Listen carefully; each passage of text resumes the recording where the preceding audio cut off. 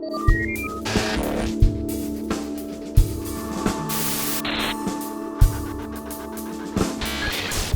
there's definitely no shortage of cool stuff you can learn by sitting down and watching Steve Gadd for several hours a day.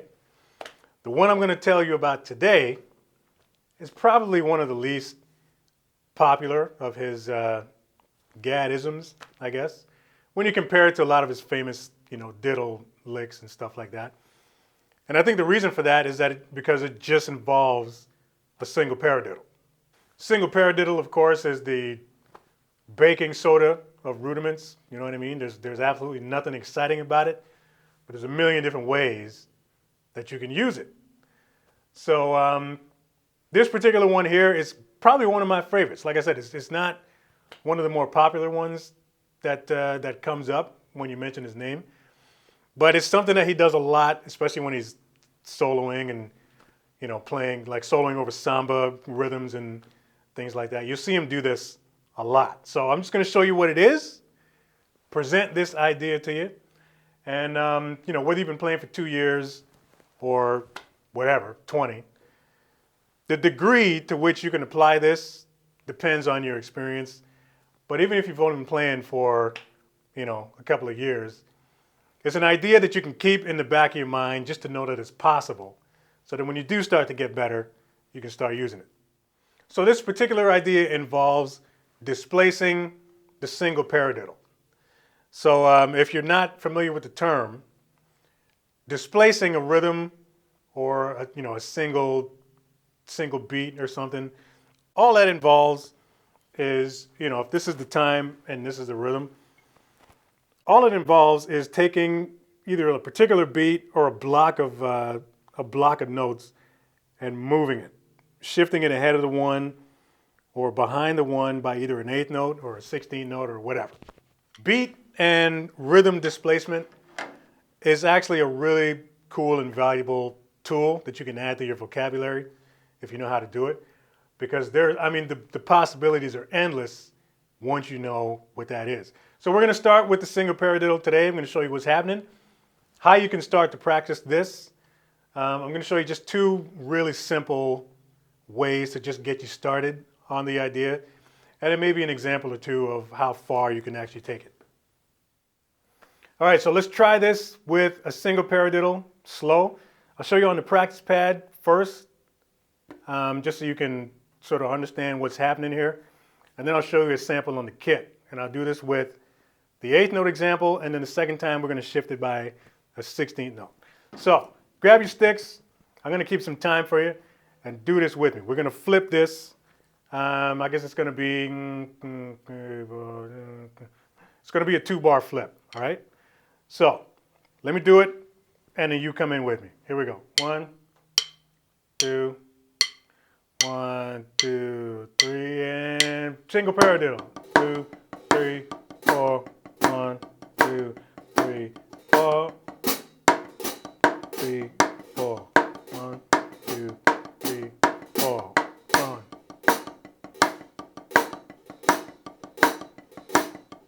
And 1,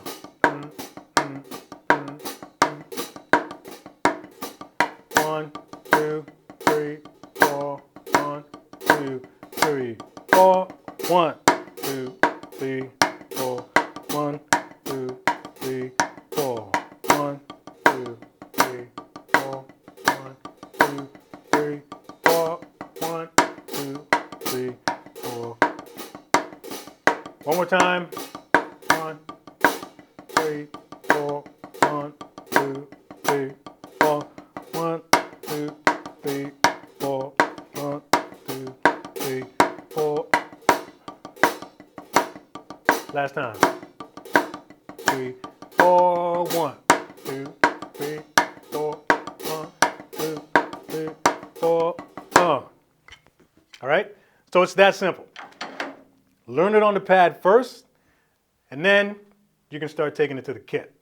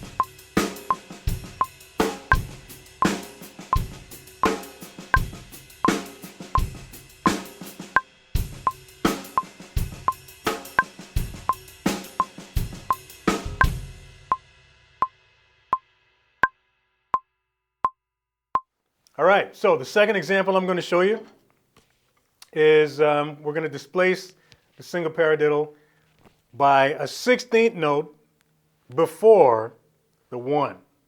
Okay, so this is going to be a little bit tricky at first because it's going to come real quick before that 1.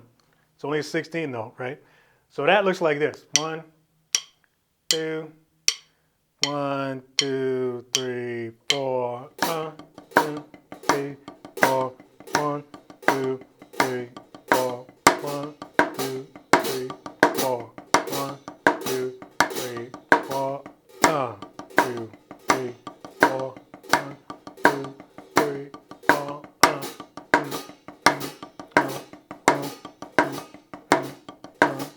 1, 2, last time. 3, 4. 1, 2, 3, 4. 1, 2, 3, 4. 1, 2, 3, 4.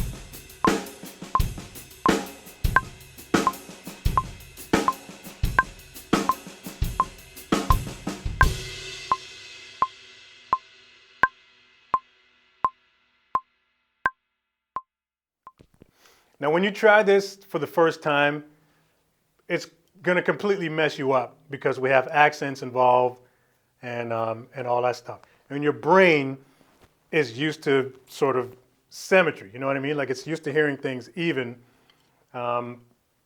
which causes you to play that way. So when you start moving accents around, it starts to feel a little bit weird and you get a little bit tripped up and it just feels weird. The good thing is that after a while, like after you've done this for a little bit, it all starts to become normal. Because what happens is you start getting used to hearing where certain notes fall in relation to where 1 is, and then it's just another beat in the bar. So your accents don't feel or sound as weird as they used to, right? And then eventually, you know, you'll be able to shift rhythms around in the bar and not get tripped up because you always know where 1 is. And when you hear a particular accent, you know how far it is away from 1. It doesn't feel weird anymore. So you can start shifting all over the place and it just feels normal. 1, 2, 3, 4. 1, 2, 3, 4. 1, 2, 3, 4. 1, 2, 3, 4. 1, 2, 3, 4. 1, 2, 3, 4. 1, 2, 3, 4. 1, 2, 3, 4. 1, 2, 3, 4. 1, 2, 3, 4. 1, 2, 3, 4. 1, 2, 3, 4. 1, 2, 3, 4. 1, 2, 3, 4. 1, 2, 3, 4. 1, 2, 3, 4. 1. So the idea, as you can see, is really simple, right? We're just taking this paradiddle and we're just moving it in the bar. The magic happens when you take it to the drums and you start to orchestrate the idea. Because right now it's just sort of a template, right? Right now it's just the sticking. What you want to do now is just take that sticking to the drums, and there's a billion different ways that you can actually orchestrate it. It's a great idea for grooves, or if you're playing on the ride, or you can add a ton of color to that particular idea in the sticking by using your snare and your toms. Like, the possibility is endless. So how you work on this, first of all, you start on the pad. Make sure you're using a metronome so you can hear where those accents fall against the one. Get used to hearing it as much as you can get used to playing it. And then you take it to the kit. And then don't worry about the drums that are in front of you. Just concentrate on the hands. The only thing that's important is that single paradiddle, all right, and the displacement. You can hit whatever drums you got in front of you in whatever order you want to do it. Doesn't make any difference. You can play them all in the snare. You can break your left and right hand up between the two toms, add crashes, whatever you want to do, right? The idea is to get your brain working. Don't worry about staring at patterns on a sheet of paper. Think of the sticking, think of the hands, and move your hands around. That's all you're doing.